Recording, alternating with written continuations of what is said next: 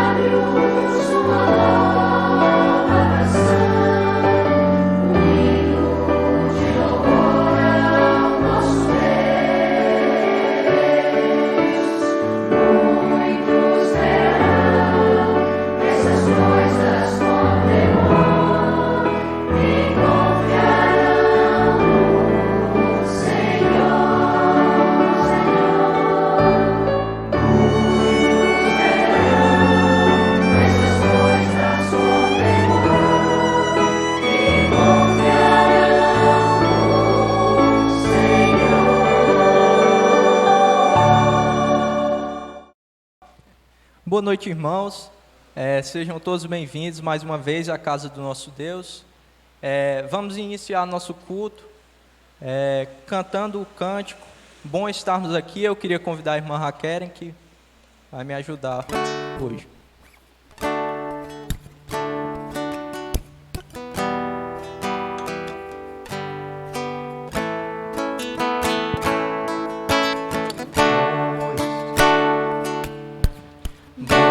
Estamos aqui louvando a Deus, podendo exaltar seu santo nome.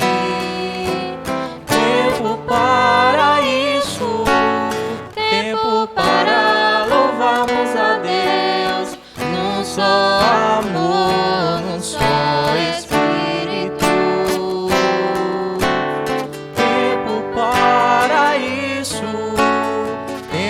Para louvarmos a Deus, num só amor, num só Espírito. Estamos aqui louvando a Deus, podendo exaltar seu santo nome. Tempo para isso, para louvarmos a Deus, num só amor, num só Espírito. Tempo para isso, tempo para louvarmos a Deus, num só amor, num só Espírito.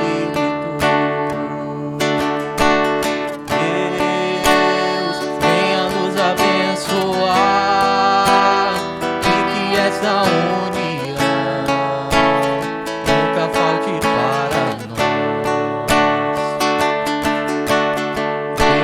Deus, venha nos abençoar, e que essa união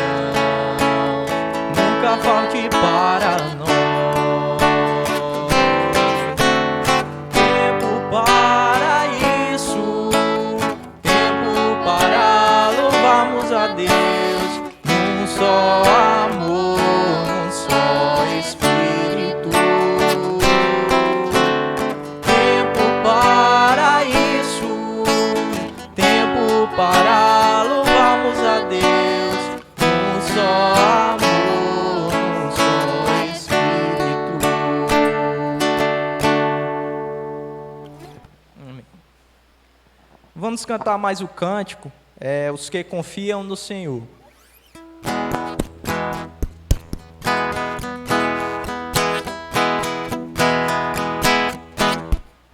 Os que confiam no Senhor são como os montes de Sião, Que não se abalam, mas permanecem para sempre. Como em volta de Jerusalém estão os montes, assim o Senhor em volta do seu povo. Autoridade e poder, o domínio em suas mãos, pois o Senhor é Deus, o Senhor é Rei dos povos. Calem-se diante dele a terra, dobre os joelhos, ergam as mãos, pois o Senhor é Deus, o Senhor é Rei dos povos. Não dá, sem Jesus não dá. Não dá, sem Jesus não dá pra ficar. Não dá, sem Jesus não dá. não dá, sem Jesus não dá, não dá, sem Jesus não dá, não dá, sem Jesus não dá pra ficar, não dá, sem Jesus não dá, não dá, sem Jesus não dá.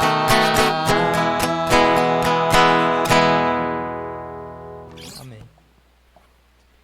Eu convido os irmãos a abrirem suas Bíblias para os Salmos 42.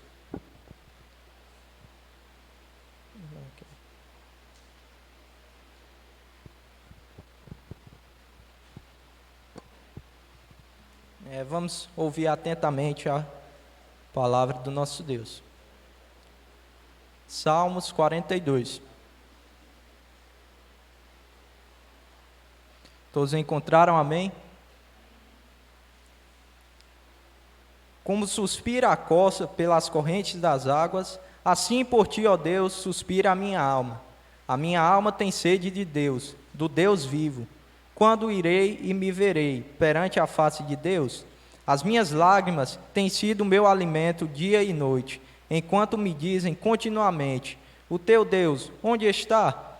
Lembro-me destas coisas, e dentro de mim se derrama a alma, de como passava eu com a multidão de povo e os guiava em procissão à casa de Deus, entre gritos de alegria e louvor, multidão em festa. Por que estás abatida, ó minha alma? Por que te perturbas dentro de mim? Espera em Deus, pois ainda o louvarei, a Ele, meu auxílio e Deus meu. Sinto abatida dentro de mim a minha alma. Lembro-me, portanto, de ti, nas terras do Jordão e no monte Hermon, e no outeiro de Mizar.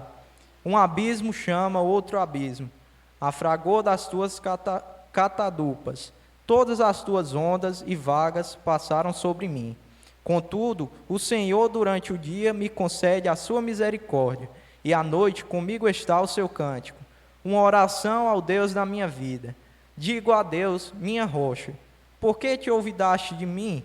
Por que hei de andar eu lamentando sob a opressão dos meus inimigos? Esmigalham-se-me os ossos, quando os meus adversários me insultam, dizendo: o teu Deus, onde está? Por que estás abatida, ó minha alma? Por que te perturbas dentro de mim? Espera em Deus, pois ainda o louvarei, a Ele, meu auxílio e Deus meu. Amém. Vou pedir ao irmão Vando que possa nos elevar a Deus em oração.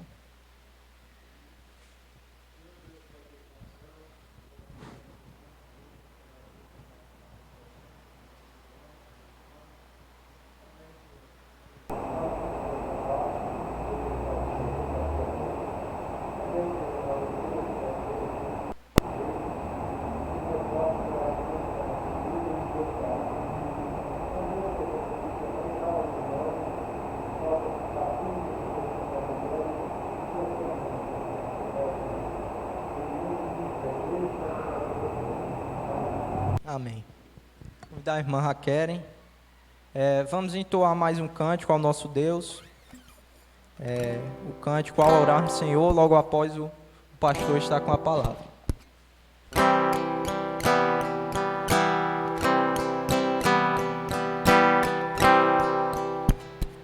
Ao orarmos, Senhor, vem encher-nos com teu amor, para o mundo agitado esquecer, cada dia tua vida viver.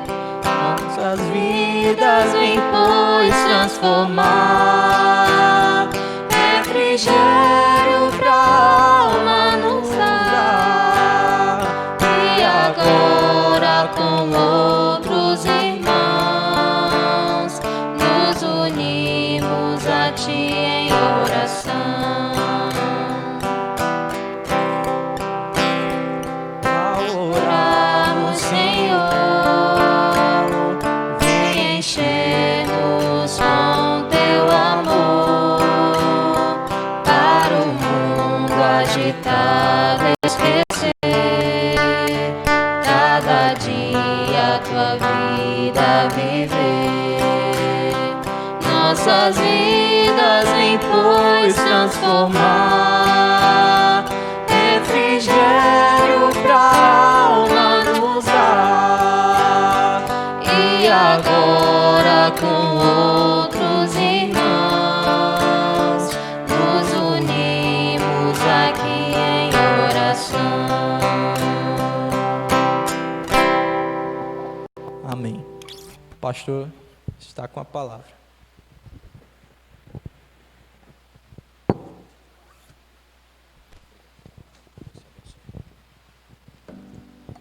Boa noite, irmãos.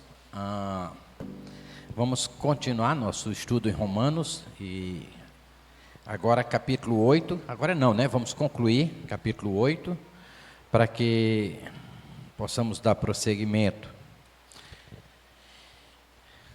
Então, Romanos capítulo 8, vamos continuar nosso estudo, se Deus quiser. Nós paramos na sexta-feira passada, capítulo 8, mas aquela parte, chegamos mais ou menos até o versículo 27. O versículo 26 e o versículo 27, aliás, ele vai até o 30, falando da obra do Espírito Santo, quando ele começa dizendo, versículo 26 e 27, que o Espírito Santo intercede pelo crente. E eu até falei essa questão da intercessão. Essa obra é parecida com a obra de Jesus Cristo. Lembra? Lá em 1 João, filhinhos, estas coisas vos escrevi para que não pequeis. Se todavia alguém pecar, o que acontece? Temos um advogado no céu, no caso Jesus Cristo, o justo, que está intercedendo, no caso, por nós. Essa obra do Espírito Santo é parecido com isso. Só que nesse caso aqui, obrigado, irmão Tony, Deus o abençoe. Nesse caso aqui específico, é com relação à nossa pureza, tá certo? A nossa santidade. Se você percebe, no versículo 26, o Espírito semelhantemente, ou seja, assim como o Pai, assim como o Filho, o Espírito também, ou semelhantemente, nos assiste em nossa fraqueza. Ou seja, Perceba que a ideia do que está falando aqui, é a ideia quando fala da nossa fraqueza, é exatamente a nossa questão tendenciosa ao pecado, a questão da carne, nós cedermos, tá certo? A questão de pecado. O crente em Cristo, falei isso um pouco na frente, vou falar um pouquinho mais na frente, ele foi liberto do poder do pecado. Já falamos isso do capítulo 6, ou foi capítulo 7, agora eu não lembro mesmo, acho que capítulo 6, nós falamos sobre isso. Agora, ele está dizendo que mesmo assim, ainda pecamos. E aí é o que não é chamado de fraqueza, não é mais prazer do pecado. O crente ele não tem, nem deve ter prazer no pecado, mas isso não significa que ele não peque. A diferença é que ele peca e isso não é prazeroso. Esse pecado que às vezes ele comete é fraqueza. E só um parênteses aqui, nós precisamos entender um pouco mais sobre essa parte de pecado realizado pelo crente como questão da fraqueza, porque muitas vezes nós nos colocamos como juiz quando alguém peca e somos muito rígidos, somos muito duros, tá certo? Ele diz que o próprio Espírito assiste nas nossas fraquezas, mas ele não nos reprova. Olha como é que ele faz. Nós não sabemos como orar como convém, mas o mesmo Espírito intercede por nós sobremaneira, como gemidos inexprimíveis. A ideia de quando eu peco, eu tenho que orar a Deus e interceder, eu tenho que orar a Deus confessando, eu vou orar a Deus pedindo perdão, mas muitas vezes nós não sabemos como fazer isso. Entra a ação do Espírito Santo intercedendo por nós. É mais ou menos a ideia, digamos, eu cometi um determinado pecado, um determinado delito, e o que acontece? Ao orar ao Senhor, ele diz, você não sabe nem como convém orar. E é verdade, às vezes, quando nós pecamos, o que acontece? A primeira coisa que a gente faz, dificilmente a gente corre para o Senhor e confessa. A gente faz mais ou menos como Adão. A gente vai tentar prolongar, porque a gente tem até vergonha de estar na presença de Deus. Você comete um determinado pecado, às vezes, ao invés de confessar e tudo mais, você se sente indigno da presença de Deus. Você se sente meio, né? E ele disse que o Espírito assiste em nossas fraquezas, nós não sabemos como orar, e ele entra fazendo o papel de intercessor, intercedendo então por nós, diante do Pai. Não é interessante a obra do Espírito Santo? Para preservar a nossa unidade, ele quem ora pedindo que o Pai, digamos, tenha misericórdia, que perdoe, ou seja, ele começa a interceder, porque ele conhece as nossas fraquezas, então ele nos assiste, ele nos dá força, ele nos sustenta, então ele sabe. E é interessante que também falei sobre isso. Ele disse que ele ora com gemidos inexprimíveis. Há certas frases dentro das Escrituras que não tem como, aliás, certas frases não, perdoe-me, certa ação da Trindade, ou seja, tanto faz Deus Pai como Deus Filho ou Deus o Espírito, certas práticas, certas ações deles que não dá para se expressar em palavras. Dá para expressar o tamanho do amor de Deus em palavras? Não dá. Então, usa-se às vezes algumas palavras da linguagem humana só para que nós possamos entender. Então, é claro que ele não vai estar lá chorando, gemendo, com gemidos ou coisa assim, mas é para mostrar a intensidade da intercessão do Espírito com relação a nós. Ele usa esse tipo de linguagem. Eu até falei sexta-feira, que até conversando com o pastor Marcos, os irmãos lembram que eu falei isso? Aí ele falou da baleia ferida, aquele gemido que causa uma dor, assim, que vem lá de dentro, uma coisa muito profunda. Então, às vezes não tem como expressar em palavras a ação do Espírito, a própria ação de Deus, e aí a gente usa palavras humanas Só para nós termos uma ideia. Então, essa é a ideia da palavra com gemidos inexprimíveis. E aí é interessante, aquele, ou seja, Deus, que sonda os nossos corações, e sabe que foi fraqueza, estamos arrependidos e tudo mais, Ele conhece a mente do Espírito e aí não precisa nem sequer palavras. Ele já sabe exatamente o que o Espírito está pensando. Versículo 27, e aquele que sonda os corações, os nossos corações, Deus, sabe qual é a mente do Espírito, porque segundo a vontade de Deus é que intercede pelos santos. Ou seja, já é projeto de Deus, na obra do Espírito Santo, ter essa parte de intercessão por nós.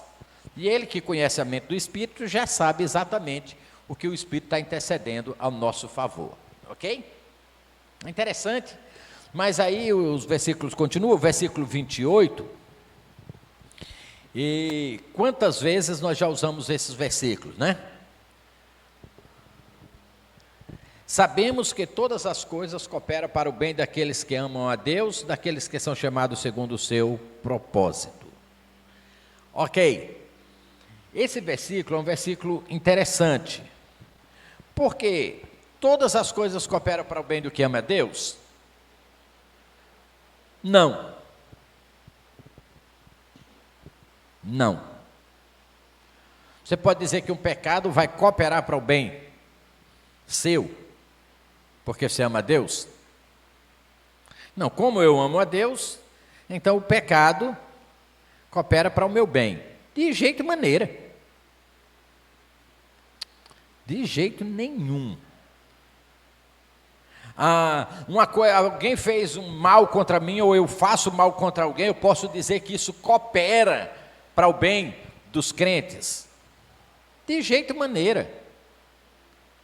Então a ideia é porque todas as coisas cooperam para o bem. A ideia de se entender esse versículo é o seguinte: Deus faz, olha como é diferente. Deus faz com que todas as coisas cooperem para o seu bem. É diferente. Por exemplo, coopera para o bem de José, os seus irmãos vendê-lo como escravo? De jeito nenhum. No adolescente como ele era e tudo, o que acontece?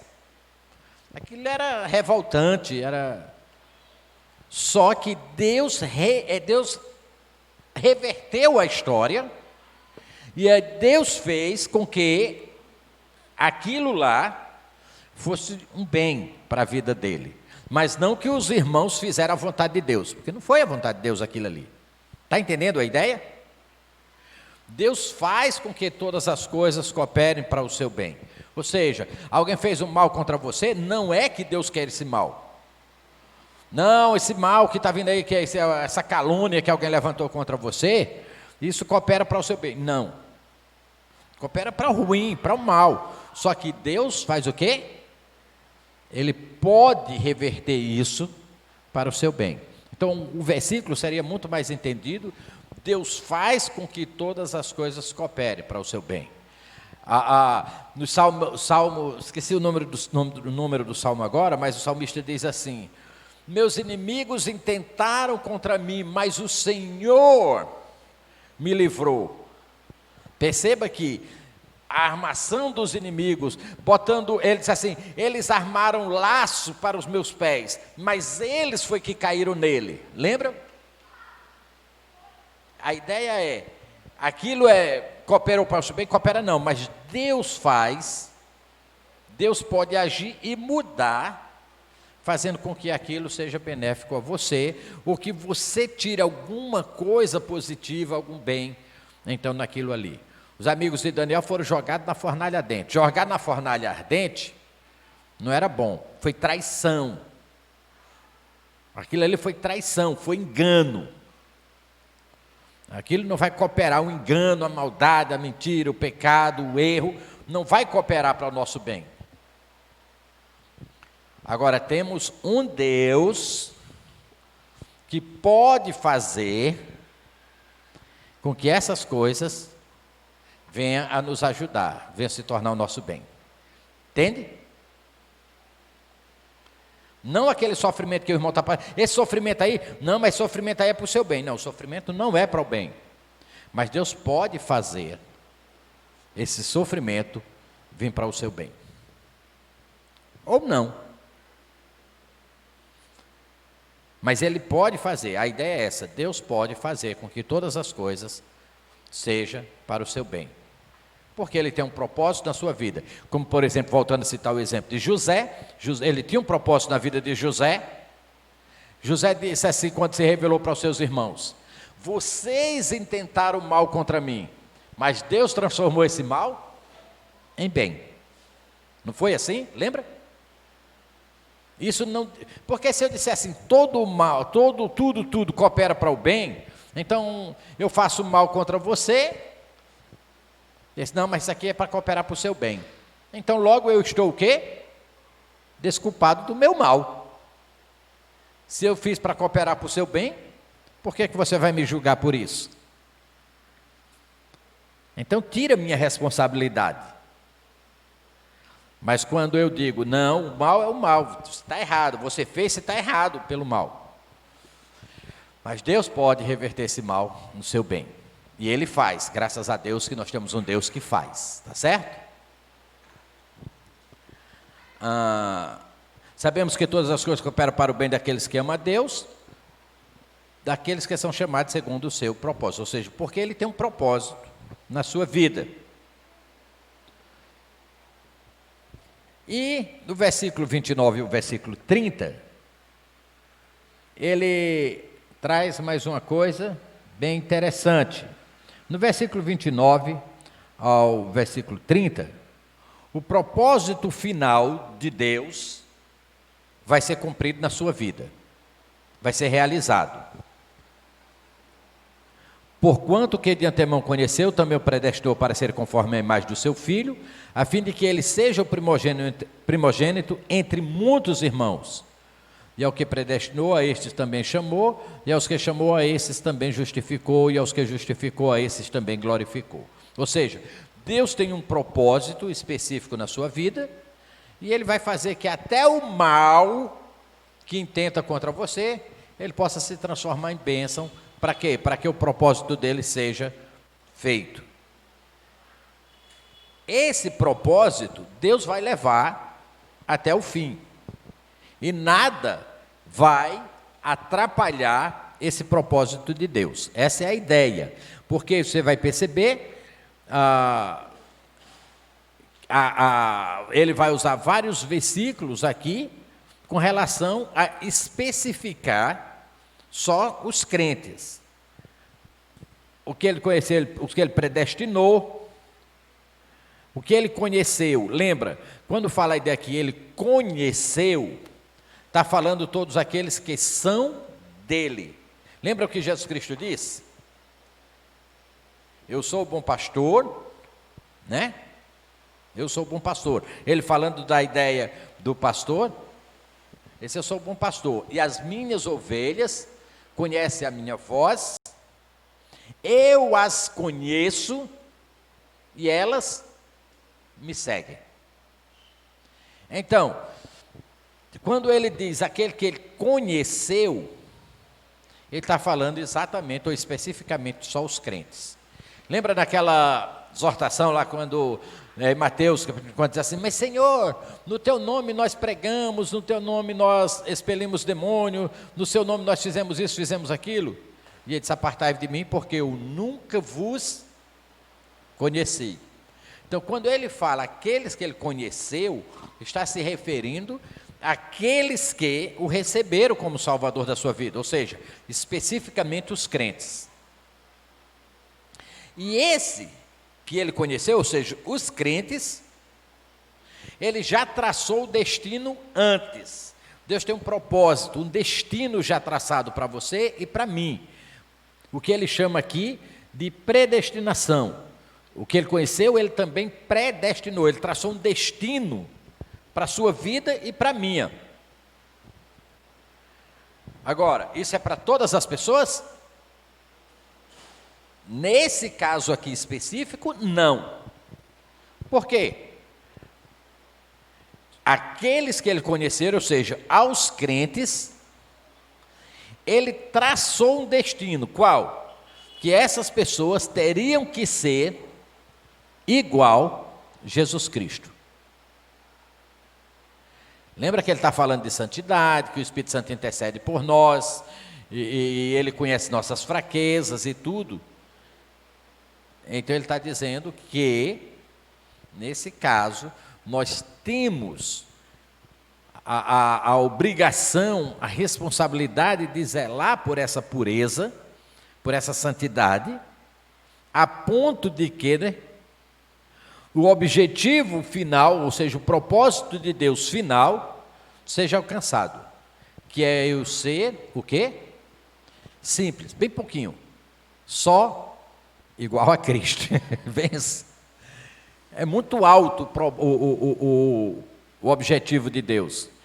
É que pecadores como eu, como você, possa chegar à imagem de Jesus Cristo.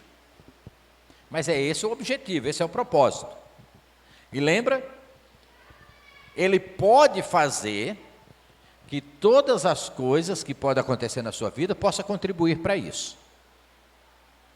Ele disse isso no versículo anterior. Entendeu? Não é que todas as coisas cooperam, mas ele pode fazer que as coisas cooperem para isso. Bem, no caso dos amigos de Daniel, que nós citamos, ali foi um mal que fizeram. Engano, mentira, calúnia.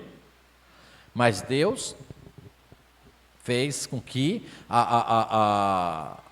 ele foi glorificado, porque ele salvou os amigos de Daniel, ele honrou os amigos de Daniel, ou seja, ele reverteu a coisa.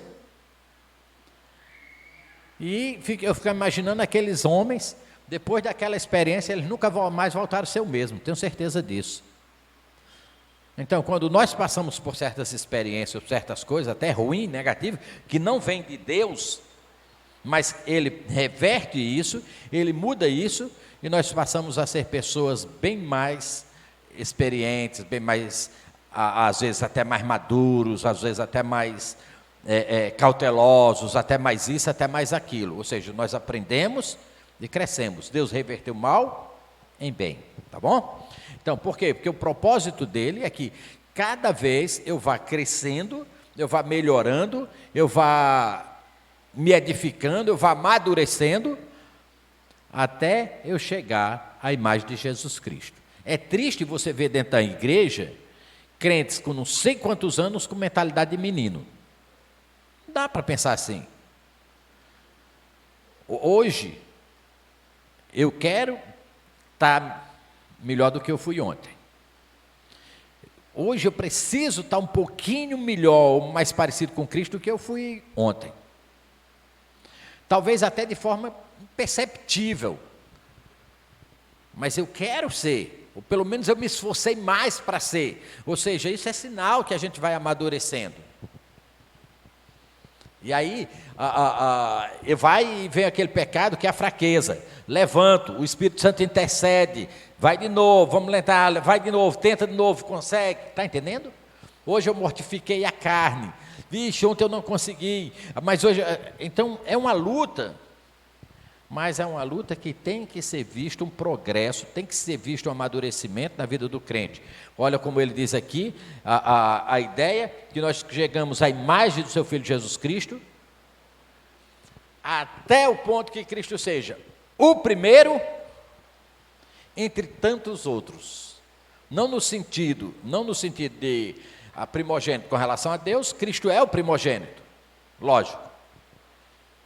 Mas Cristo é também o quê? O unigênito. É até estranho quando você usa a palavra assim.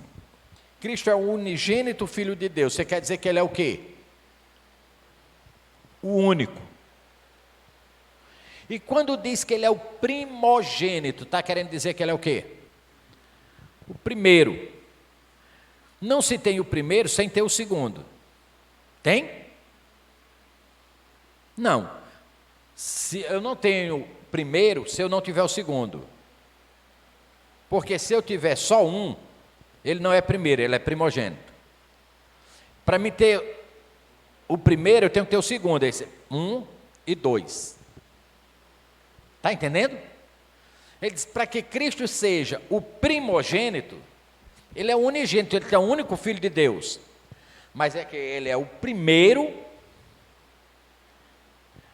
seguido por todos nós que nos tornamos também filhos de Deus. Então ele é o primogênito Filho de Deus, porque depois dele, Deus passou a ter muitos outros filhos. Nesse sentido, ele é o primogênito. Porque eu também sou filho de Deus. Você também é. Então, nesse sentido, Cristo deixa de ser unigênito para ser primogênito. Então, por isso que ele será o primeiro entre muitos irmãos. Ou seja, entre todos aqueles que também são filhos de Deus. Ele é o primeiro, ou seja, ele é o modelo para que nós sigamos. Nós somos filhos de Deus igual a Cristo? Nós não vimos anteriormente que somos herdeiros com ele? Que vamos herdar tudo que ele herdou? Então ele é o primeiro, tem que ser seguido por todos nós. Então por isso que todos nós temos que chegar à mesma imagem dele. Agora, essa é uma obra interessante, que ela começa com o lavar, ou seja, dos nossos pecados, na nossa justificação. Ele vai dar ordem aqui, mas ele já falou isso antes, mas aqui ele vai dar ordem. Aos que predestinou, ou seja, quem que ele predestinou? Os salvos, os crentes. A esses também chamou, ou seja, ele não só traçou o meu destino, mas ele me chamou para isso, ele me escolheu, e aos que chamou, a esses justificou. Ou seja, ele traça um destino para mim.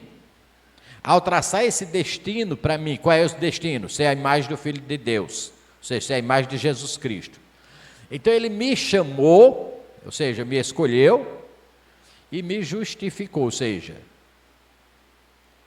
me declarou justo, quando perdoou todos os meus pecados por eu receber ele como Salvador. Então ele me justificou, ele me declarou justo. E também, o quê? Glorificou. Mas glorificou? Ainda não, a mim não, eu ainda estou aqui, mas já é certo a glorificação de todos os crentes. Assim como Cristo foi glorificado, nós seremos glorificados. Lembra que ele falou, acho que no começo do capítulo 7, deixa eu ver só se eu lembro aqui o versículo.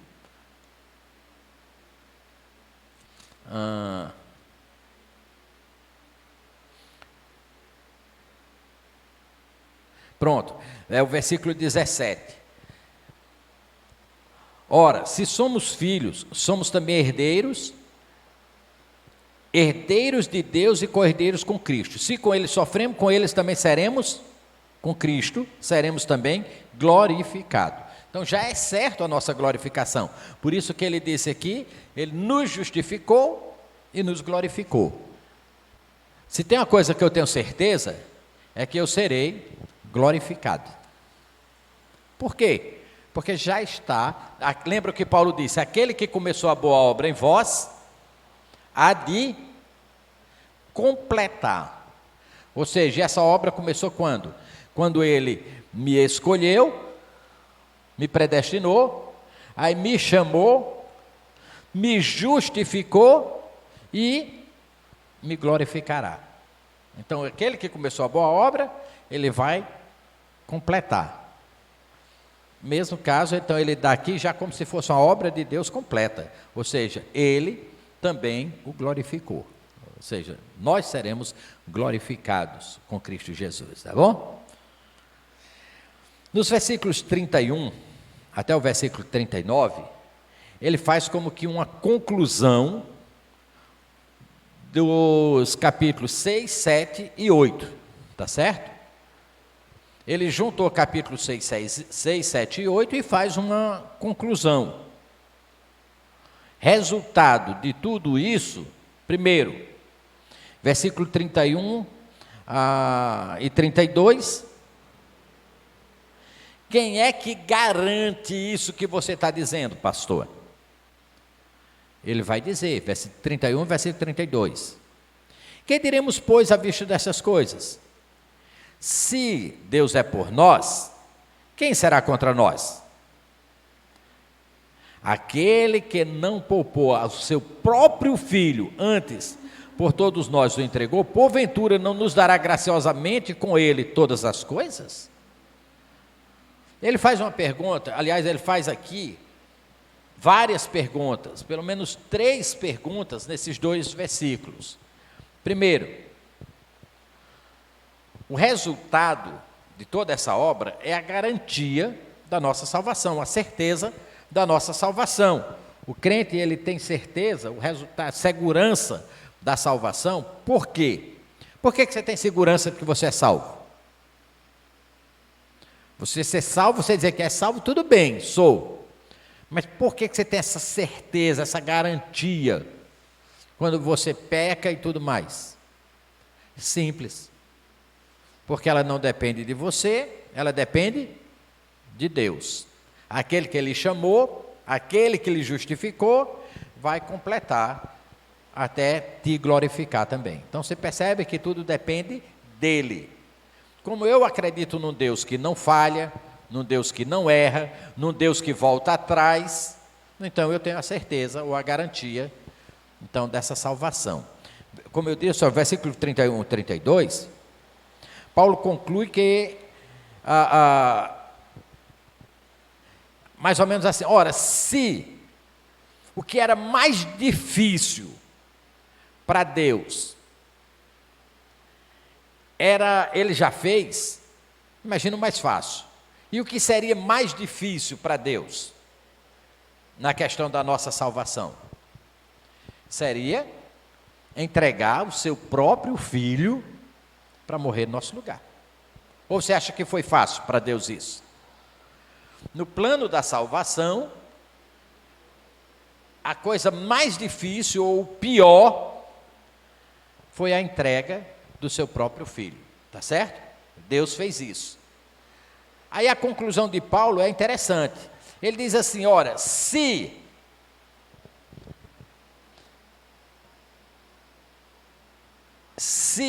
ele entregou o seu próprio filho, ou seja, a parte mais difícil para a salvação, ele já fez, por que ele não vai fazer a mais fácil? Então isso é uma garantia. Se ele abriu mão do que ele tinha de mais precioso, se ele abriu mão de tudo que era mais, que era o seu próprio filho ser oferecido em sacrifício, e ele fez, o resto, né, como dizia um grande amigo meu, pastor Vassílios Constantinides, o resto é café pequeno. Ora, se você, assim, você vai andando para casa e começa a chover, e aí você não quer se molhar e tudo, mas você percebe, uma hora você vai perceber que você já está todo encharcado. O que você vai fazer? Você vai ficar debaixo de uma guarita esperando a chuva, ou você vai aproveitar, já que eu fui, agora eu vou embora logo mesmo. Está entendendo? A ideia é mais ou menos isso. Ou seja, se o mais difícil era entregar Jesus Cristo, ele fez, então o resto, ele vai completar a obra exatamente em Cristo Jesus. Por isso ele diz, que diremos, pois? Se é o próprio Deus que está a nosso favor, né? Quem será contra nós? Esse versículo, irmãos, perceba que ele está sendo usado quanto à questão da garantia de salvação. Esse versículo não está sendo usado na questão de lutas, de guerras, de briga, como eu vejo as pessoas usarem. Aí a pessoa tem um problema, uma guerra, mas Deus é por nós. Se Deus é por nós, quem é que vai ser contra nós? Um bocado. Um bocado vai ser contra você. Para começar, o próprio capiroto. Não é? Ou não? Quando você aceita Cristo, você consegue, olha, você arrasta logo um grupo grande aí de inimigos. O diabo e todas as potestades do inferno virou seu inimigo agora. Inclusive o mundo é o seu quê? O que a Bíblia diz? Se eu sou amigo de Deus, eu tenho que ser inimigo do mundo. Então, se Deus é por mim, quem será contra mim? Ixi, a lista é grande. Ou não? É. Jesus Cristo disse: se eles me perseguiram a mim, que eu sou o pastor, imagina o que é que eles vão fazer com as ovelhas. Então não entenda esse versículo, que se Deus é por você, ninguém é contra você, tudo tá... Não, não é assim não. Você tem muita coisa contra você, muitos inimigos, tá certo? O que o versículo está se referindo é, ora, ele está falando sobre garantia da salvação. Se Deus é por você, se Deus está declarando a sua justificação, quem é que pode lhe condenar? Se Ele é o próprio juiz. Então, se Deus, está entendendo agora a ideia do versículo? Se Deus é por vós, por nós, quem será contra nós? Nesse caso, se Deus nos salvou, quem é que vai condenar? Se o Deus é o próprio juiz, e o juiz declarou justo, então quem é que pode dizer que não é? O versículo está falando sobre garantia de salvação. Se Deus é por nós, quem será contra nós? Se Deus te declara justo, quem pode lhe condenar? Ninguém. Então, não tem garantia maior para a sua salvação do que o fato de você ser declarado justo pelo próprio Deus. Ok? E ele vai continuar. Esse que te declarou justo, como eu disse, ele não vai recuar, ele não vai voltar atrás. Por quê? Porque o mais difícil ele já fez, que foi entregar o filho dele, e ele já entregou. Então, essa é a garantia, ou pelo menos uma da garantia que nós temos da nossa salvação. Eu posso descansar que eu sou salvo, exatamente porque depende da obra totalmente de Deus. E se Ele é o juiz e Ele declarou justo, então ninguém vai poder declarar mais condenado. Ninguém vai poder chegar para Deus e dizer assim: pastor Oscar, condenado. Ninguém. Porque Deus é que faz por mim, dizendo que eu sou justificado. Versículo 33 e o versículo 34, ele dá mais uma garantia com relação à nossa salvação. 33, 34. Quem intentará acusação contra os eleitos de Deus? É Deus que justifica. Quem condenará? É Cristo Jesus que morreu ou antes? Quem ressuscitou, o qual está à direita de Deus e também intercede por nós. Primeiro ele vai dizer, a primeira garantia que nós temos da nossa salvação é o próprio Deus que declara justo. Agora ele vai dizer que é o próprio Deus que declara justo com a ação do Filho, ou seja, foi o próprio Deus que nos justificou, então não existe ninguém para condenar. E olha agora o seguinte: quem condena? É Cristo que morreu. Ou seja, mesmo que alguém chegasse diante e quisesse condenar, ele disse assim: Cristo morreu já, então ele já pagou. Vamos imaginar que a gente vai chegar um de nós aqui nos céus e Satanás... Quem já assistiu o filme do Alto da Compadecida, né? Aquele filme é engraçado e tudo, mas ali é triste quanto à questão de tantas heresias que tem naquele filme. Muitas heresias. Não só a ideia da virgem chegar e intercedendo diante de Jesus, quase que decidindo as coisas em vez de ser Jesus. Além dessas heresias, tem a heresia de que a pessoa chega lá, aí chega o Jesus, e aí chega o diabo. Aí abre-se um tribunal, e o diabo vai começar a dizer: olha, esse aqui é meu por causa disso, disso. Não é assim. Olha como o texto diz: quem intentará acusação contra os eleitos de Deus? Primeiro, foi o próprio Deus que justificou. Então, ele é o juiz, ele declarou justo, está justo e acabou. Ninguém mais pode. A segunda coisa, Quem condena? Ou seja, imagina chegando diante de nós, né, que nem aquele filme do Auto da Compadecida, e o diabo chega lá e diz assim, não, mas ele é meu. Por quê? Porque isso aí é pecador, ele faz assim, assim, não é assim no Auto da Compadecida? Porque ele fez isso, isso, isso e isso. Ele está dizendo, não, não vai ter isso. Não tem ninguém que condene você. Por quê?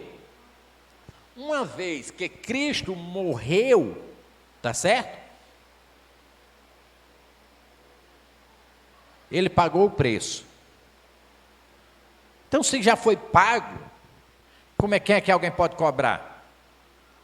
A não ser que esse preço não fosse aceito. Por exemplo, eu vou pagar um X aqui, uma dívida, e aí eu pago uma parte, eu vou pagar e a pessoa não recebe, porque o pagamento estava incompleto, uma coisa assim. Ele tem o direito de continuar me cobrando. No caso, que preço que Jesus Cristo pagou, não ficou faltando nada. Por quê? Porque Deus ficou satisfeito com o preço. A prova é que ele vai dizer o que aconteceu com Jesus Cristo. Morreu e ressuscitou e está à direita de Deus. Eu já falei isso aqui outra vez, que o que garante a nossa salvação é a morte de Cristo? Não, a morte de Cristo, ele pagou pelos nossos pecados. Está aqui, paguei. Mas e se Deus não tivesse aceito? Adiantava? Não. Não adiantava. E o que prova que Deus aceitou o preço que Cristo pagou? É que Ele ressuscitou. Entendeu? Ele ressuscitou. E isso é a prova de que o preço foi aceito por Deus. Então, se foi aceito, está pago. É interessante que o preço pago foi a morte de Cristo.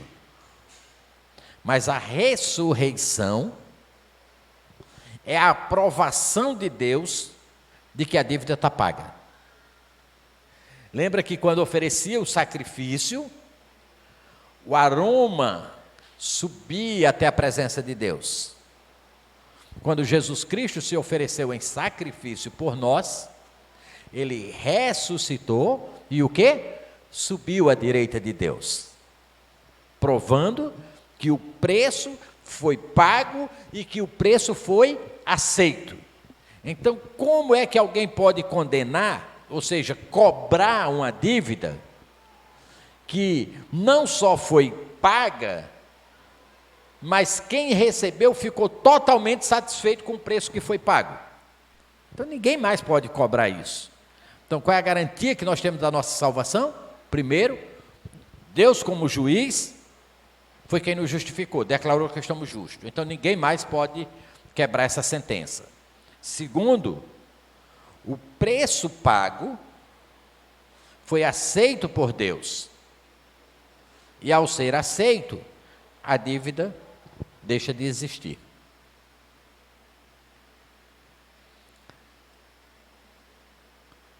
E aí, detalhe, ele ainda intercede por nós. Mas essa intercessão aqui não é no sentido de, olha, salva aí o coitadinho do Oscar, eu sei que ele tem pecado, como no filme lá do Auto da Compadecida, Maria chega justificando, que fulano de tal, ele pecou, quando tem até aquele cangaceiro lá e tal, e ela diz, meu filho, mas você sabe por que ele fez isso?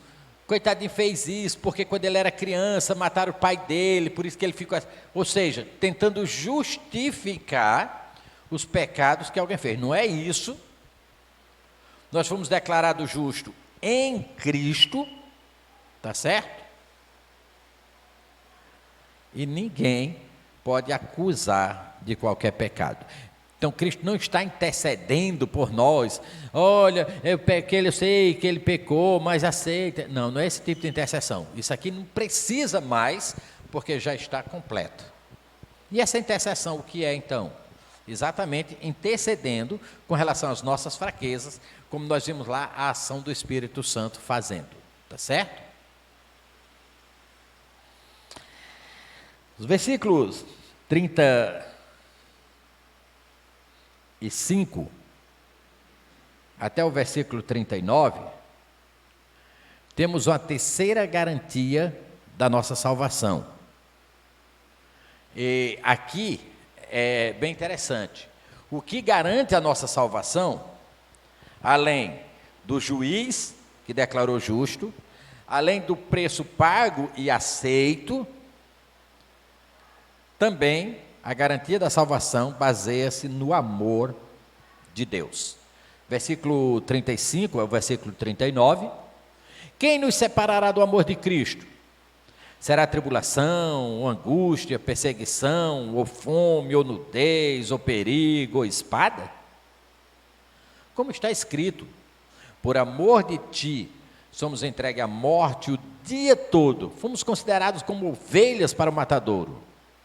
Em todas as coisas, porém, somos mais do que vencedores, por meio daquele que nos amou. Porque eu estou bem certo de que nem a morte, nem a vida, nem os anjos, nem os principados, nem as coisas do presente, nem do porvir, nem poder, nem altura, nem profundidade, nem qualquer outra criatura poderá separar-nos do amor de Deus que está em Cristo Jesus, nosso Senhor. Então perceba mais uma vez, esses versículos só podem ser usados por aqueles que estão em Cristo, ou seja, os crentes. Por isso ele termina o termo Jesus Cristo nosso Senhor, tá certo? Então não é qualquer pessoa, isso aqui é específico com relação aos crentes. Então aqueles privilégios, aquelas bênçãos espirituais que eu falei, acho que foi a semana passada, não foi? Não lembro agora. As bênçãos espirituais que nós recebemos, são bênçãos por sermos crentes. Então essa aqui é mais uma delas. Estou falando sobre a certeza de salvação, a garantia. Então o descrente ele não tem essa garantia. Ah, mas Deus não ama o descrente? Não compare, tá certo? Não compare. Você é pai? Então entenda isso. Você me ama, mas é do mesmo jeito que você ama seu filho? Óbvio que não, claro que não. Eu amo vocês, mas é a mesma coisa que eu amo o Igor ou a Isabela? Óbvio que não. Então, quer dizer que Deus só ama os crentes, não ama os descrentes? Claro que ama os descrentes. Mas não compare as duas coisas, tá certo? Não compare. É claro que ele ama os descrentes, mas não como os crentes, que são filhos. É bem diferente. Está entendendo? Então, esse amor, que ele ama os crentes, é mais uma garantia de que o crente não vai perder a sua salvação, porque ela está baseada no amor que Cristo sente por nós. Então perceba que, hora nenhuma, você vai perceber que a salvação depende de alguma coisa de nós. Então, se não depende de mim, depende de Deus, como é que eu posso perder por alguma coisa que eu faço? Então ela se torna incondicional, tá certo? O amor de Deus é incondicional, ou seja, ele não é condicionado pelo que nós somos ou o que nós fazemos. Não, pastor, não é assim não. É sim. Quer uma prova? Quando foi que Deus passou a me amar? Depois que eu recebi Ele como Salvador, depois que eu dediquei minha vida a Ele, comecei a servir, comecei a abandonar o pecado, aí Ele começou a me amar, foi? Deus prova o seu amor para conosco, pelo fato de ter Cristo morrido por nós, nós sendo ainda pecadores. Então o amor de Deus, ele não está condicionado, ele foi antes de eu recebê-lo como Salvador. Ou seja, quando eu era pecador perdido, ele me amou. Então esse amor é incondicional. Sendo incondicional, ele não deixa de amar porque eu pequei. Porque se fosse assim, ele não me amava antes, quando eu era pecador, totalmente condenado e perdido. Entende? Imagina um pai não, imagina um casal, ele vai passando aqui na rua e ele encontra uma criança brincando na lama, totalmente lameada, suja, coisa assim mais triste do mundo. E ele leva essa criança para casa, dá um banho, veste uma roupinha bonitinha, passa um perfume, fica coisa linda, cheirosinho e tudo mais. Depois ele descobre que essa criança é uma criança de rua, eles vão lá no cartório, fala com o juiz, todo o procedimento, e adota como filho essa criança. Esse pai vai deixar de amar essa criança, porque um dia eles chegaram em casa e aquele menino estava todo sujo? Não. Por quê? Porque ele os amou. Ele amou aquele menino quando ele estava todo lameado e sujo. Ele não vai deixar de amar aquilo. Ele pode reclamar, ele pode falar, ele vai dar uma bronca, né? Vai obrigar a ir para o chuveiro de novo, e dar um banho de novo, passar uma escova, como dizia minha mãe, passar um caco de telha, sabugo de milho, para até tirar toda a sujeira. Mas ele não vai deixar de amar, porque ele amou quando ele estava na lama mesmo. Essa é a questão do amor de Deus, ele é incondicional, ele não vai mudar simplesmente porque eu caí, ou seja, como disse antes, com fraqueza, porque eu pequei, porque eu fiz aquilo. Ele não vai deixar de amar. Ele me amou era quando eu era totalmente lamaçado do pecado. Então, esse amor incondicional é a garantia que eu tenho de que eu não perco a minha salvação. Ele continua, o texto todo vai falando sobre isso, e ele vai citando várias coisas.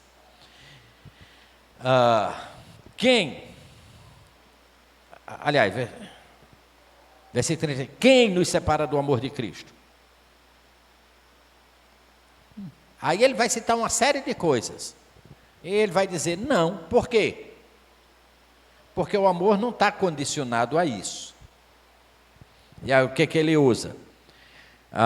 Tribulação, eu estou angustiado, e às vezes quando a gente está angustiado, né, a gente parece que fica assim voando, com Deus, parece que a gente nem confia em Deus. Já chegou a esse ponto? Às vezes tem uma coisa assim, você fica que você fica até duvidando assim de Deus agir. Não é que você não acredita em Deus, não é que você não ame Deus, mas você fica até assim, mas por que Deus não age? Por que Deus... E começa a questionar certas coisas de Deus. Já aconteceu isso com você? Quando está angustiado, né? Ou seja, mas mesmo assim essas coisas não vão separar. Esse amor é incondicional, não tem nada que nos separe do amor de Cristo. Tá certo? Pastor, mas eu quis deixar. Mas não estou falando do seu amor. Seu amor pode ser condicional. E você pode deixar de amar até Cristo, por causa da tribulação, por causa de fome, e até chegar a duvidar, pensar que Deus não existe, sei lá o que, uma besteira que pode vir na nossa cabeça. Mas aqui não está falando do seu amor, está falando de Deus. É o amor de Deus que é incondicional. Eu posso até deixar de amar Deus um dia. Eu posso até vir pecar e sair dos caminhos de Deus e ficar totalmente no mundo um dia. Ninguém está livre disso. Mas aqui não está falando do meu amor. E não está baseando a segurança do crente no amor do crente. Está no amor. Quem que vai nos separar do amor de Cristo? Fome, perseguição, aflição, angústia, qualquer coisa dessa pode separar meu amor dele. Mas dele me amar, essas coisas não separam. Entende? Não está falando do meu amor. Outra vez um cara dessas pessoas crentes aí, que acreditam que o crente perde a salvação, né? Ele está dizendo, olha aqui, está dizendo, olha, quem nos separará essas coisas? Que ele está dizendo, separa. Às vezes Deus não separa, mas você sai fora. E aí ele usou até aquele versículo João 10, 28. Eu lhe dou a vida eterna, jamais perecerão eternamente, e ninguém arrebata das minhas mãos. Sim, ele está dizendo que ninguém arrebata. Mas não está falando de arrebatar, é você que saiu. Quando você se desvia, é você que saiu, não é que alguém arrebatou. Ele está dizendo que ninguém arrebata. Mas quando você quiser sair por você mesmo, aí é diferente. Não, porque não depende de nós. Nós estamos ligados com esse vínculo, com o amor de Cristo tão grande por nós, que nada que passamos ou que façamos, Ele vai deixar de nos amar. Entende? E aí, nós vamos passar por essas coisas mesmo. Por todas essas coisas que ele falou aqui, versículo 35, nós vamos passar.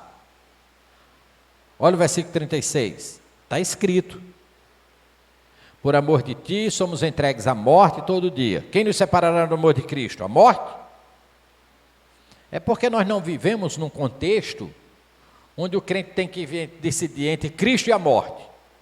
Não é como nos países de perseguições e tudo mais. E nos países de perseguição, quantos relatos a gente já leu de crentes, e são crentes sinceros, mas defendendo uma faca no pescoço e dizendo, nega Cristo e eu deixo você ir embora. Não adianta você dizer, eu morria por Cristo, porque só a situação no momento é que vai responder. Vai dizer o que você era. Porque muita coisa que você diz agora é porque você não passou, mas quando você passar, tem muita coisa que quando eu era jovem eu dizia, isso aqui eu não aceito, isso aqui eu não admito. Isso... Mas quando eu tentar passar por ela, a coisa é bem diferente. Então, não adianta dizer, eu morreria por Cristo, eu não negaria. Será? Deixa para responder quando você estiver na situação, porque agora você não vai saber não. Só na hora é que a gente sabe. Tá certo? Então nós vamos passar por essas coisas mesmo. Entregue à morte todos os dias, ovelhas levadas para o matadouro. Nós somos entregue a essas coisas todos os dias. E por isso, muitas vezes, nós faltamos o amor a Deus.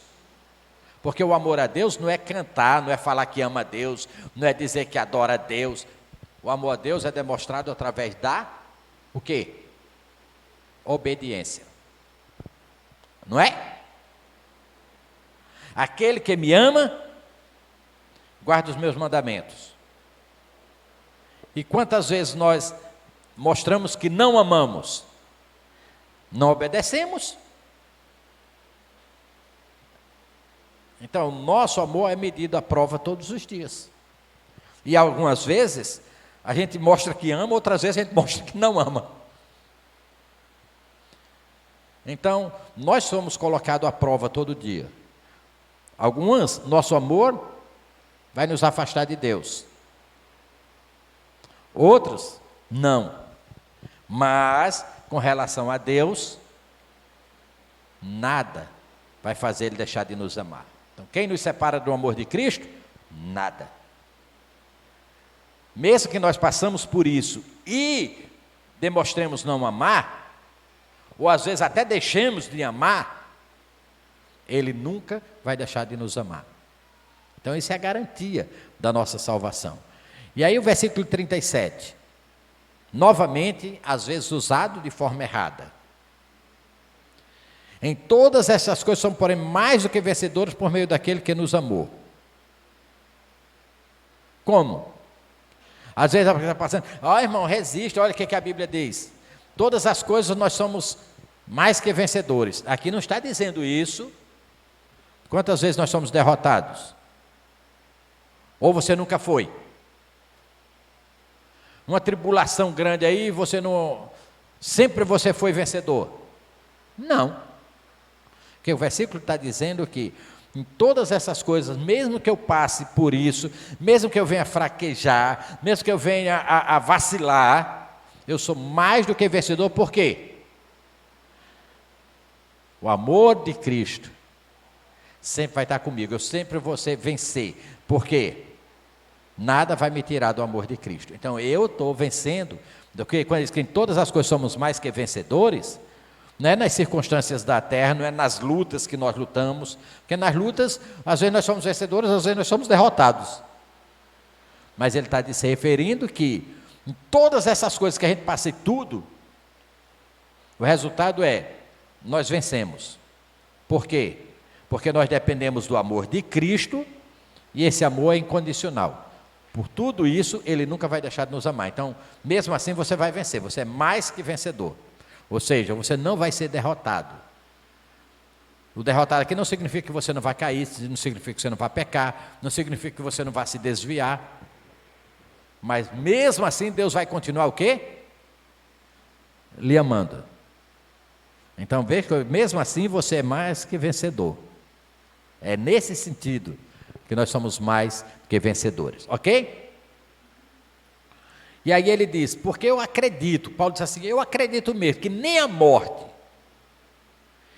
nem a vida, nem os anjos, nem os principados, lembra que se refere muitas vezes a demônios, são principados, ou poderes, príncipes, nada, nem as coisas de hoje, nem as coisas do futuro, nada vai separar desse amor de Cristo. Então, se eu sou salvo baseado no amor de Cristo, ele prova o seu amor para conosco pelo fato de Cristo morrer por nós, sendo nós pecadores.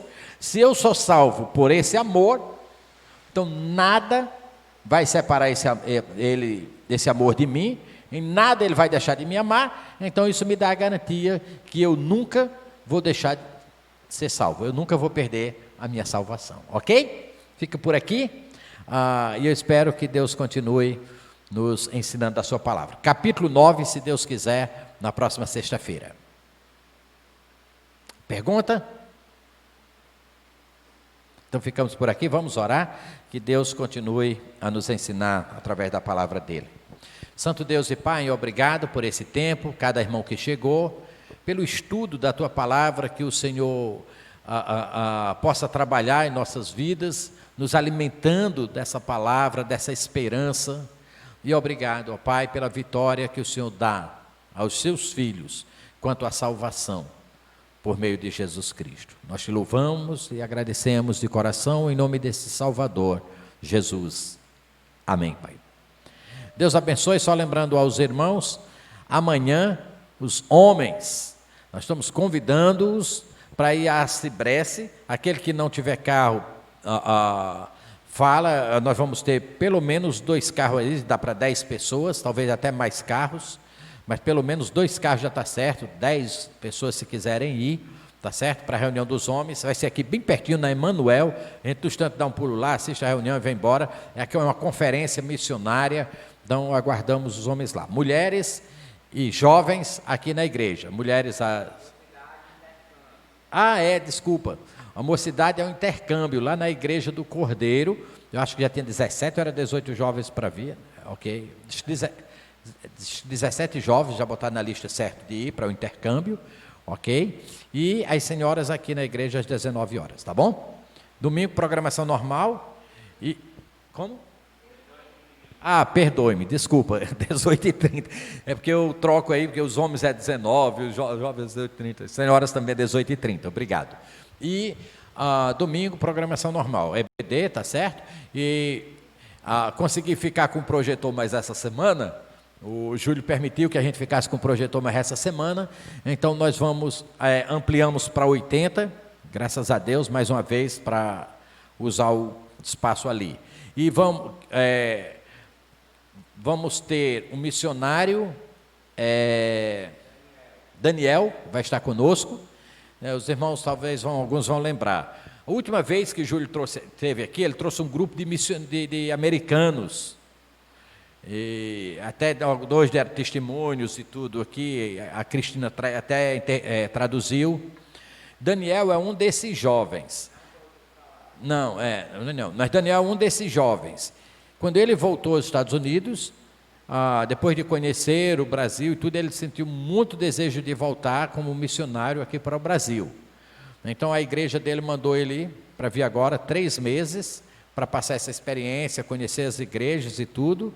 Ele volta para lá e aí está tentando levantar sustento e volta aqui para o Brasil trabalhar aqui com as igrejas aqui no Brasil. Então ele vai estar aqui amanhã, ele vai dar o testemunho dele, amanhã não, desculpa, domingo à noite, ele vai dar o testemunho dele, vai estar aqui com o irmão Júlio também, falando um pouco sobre o Oasis. E o acampamento dos jovens, que vai ser em novembro, né?